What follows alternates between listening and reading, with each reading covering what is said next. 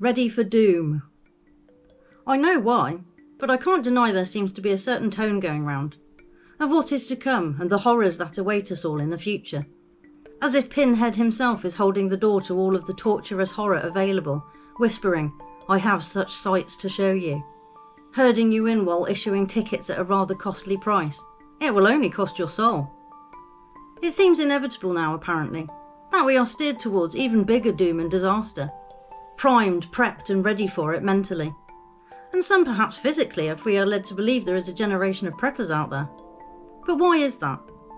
I have already speculated on it in Prep for Disaster or Clever Programming, and it's no secret that people have been pummeled with propaganda and ideals of plans for the future by the corrupted institutions that have bought their way into people's lives.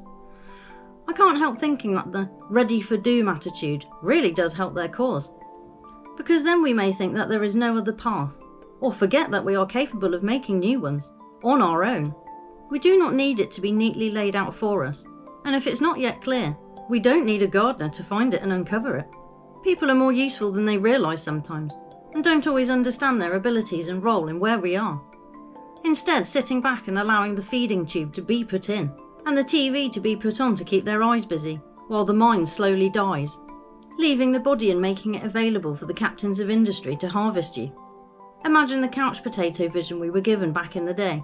Fat, lazy people, just doing the basics to get by, barely even walking to the fridge, just guzzling cheap food and watching cheap values on TV. To normal people, that would seem like a waste of life, limiting your health, imagination, body and soul. But to the controllers, that is where the money is, for them. Because while to us they do not do much, and don't really contribute to what we think society needs, they create an awfully large customer base for the marketers, selling clothes, food, medications, fantasy, and a future where you don't need to think, or do, you can just be. Well, that's all gone horribly wrong now, it seems. America was the blueprint, it would seem. Ruin the population and create vast amounts of hatred, then systematically cripple the economy. But small pockets at a time so they don't really notice. Taxes here, regulations there, different rules for different states, so that each one falls in line with the locking down of people's lives. Blue and red, black and white, left and right. Having people so divided and wanting to win, they lose sight of what it is they are supposed to be winning. Instead, preferring to tear down their opponent and then ride the waves of ego that seem to follow. My dad's bigger than your dad has raged quite out of control, hasn't it? With various mechanisms of control, the illusion of modern society and democracy held up for a while, but is quickly souring.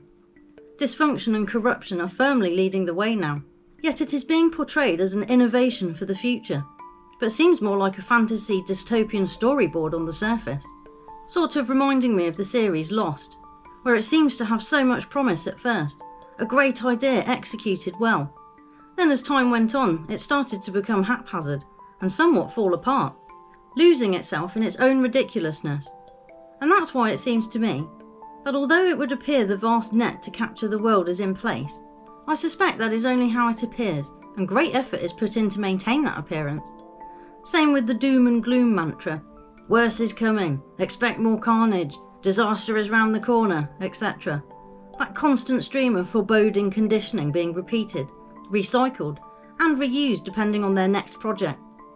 And the people are very good at grabbing onto that and running with it, amplifying it, almost as if we have become so good at playing their game, we have learnt to condition ourselves for them.